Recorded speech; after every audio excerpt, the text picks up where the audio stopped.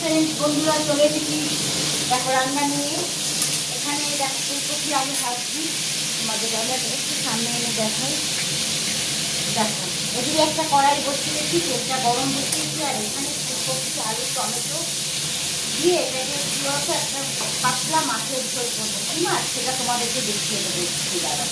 এর মধ্যে একটু গোটা দিয়ে ফোড়ন দিয়ে ফুলকপি আলু টমেটোটা দিয়ে দিয়েছি। আর এখানে দেখো কাতলা মাছ ভেজে আমি তুলে রেখেছি। আর এদিকে কড়াইটাকে বসাবো কচুর লতি।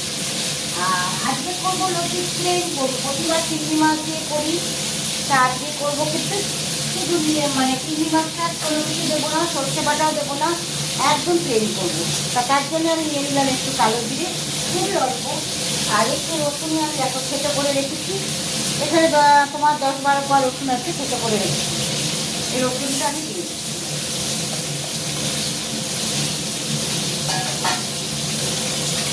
রসুনটা বেশি একটু লাল লাল করে ভেজে নেবো, নেওয়ার পরে লতিটা দিয়ে দেবো। আর লতির মধ্যে আমি নিয়েছি কী নিয়েছি চলো তোমাদের দেখিয়ে দিই। দেখো কচুর লতি আমি ধুয়ে নিয়েছি, কেটে ধুয়ে পরিষ্কার করে নিয়েছি। এর মধ্যে দিয়েছি টমেটো, কাঁচা পেঁয়াজ আর কয়েকটা কাঁচা লঙ্কা দুভাগ করে চিড়ে দিয়েছি। এটা আমার মাঝখান দিয়ে কোনোটা চেরা হয়ে গেছে দেখো। তা এইটা হচ্ছে আমি প্লেন বানাবো আর কি। তার এদিকে আমার রসুনটা বেশ একটু লালচে হয়ে গেছে, কালারটা এরকম লাল লাল হয়ে গেছে। এবার আমি লতিগুলো দিয়ে দিই।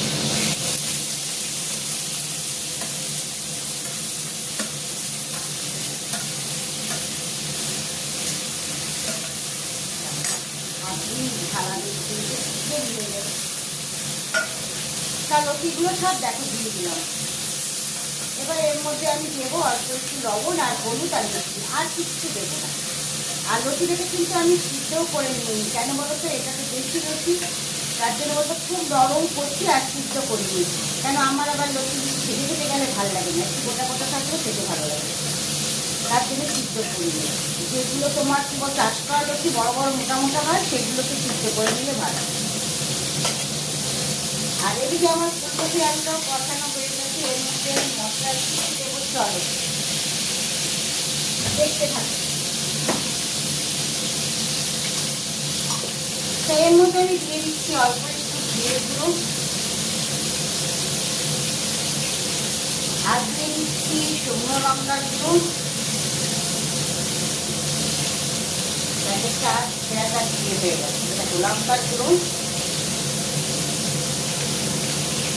আর দেবো একটু ধনের গুঁড়ো। আর নুন হলুদ আমি আগেই দিয়ে দিয়েছি ভাজা করার সময়।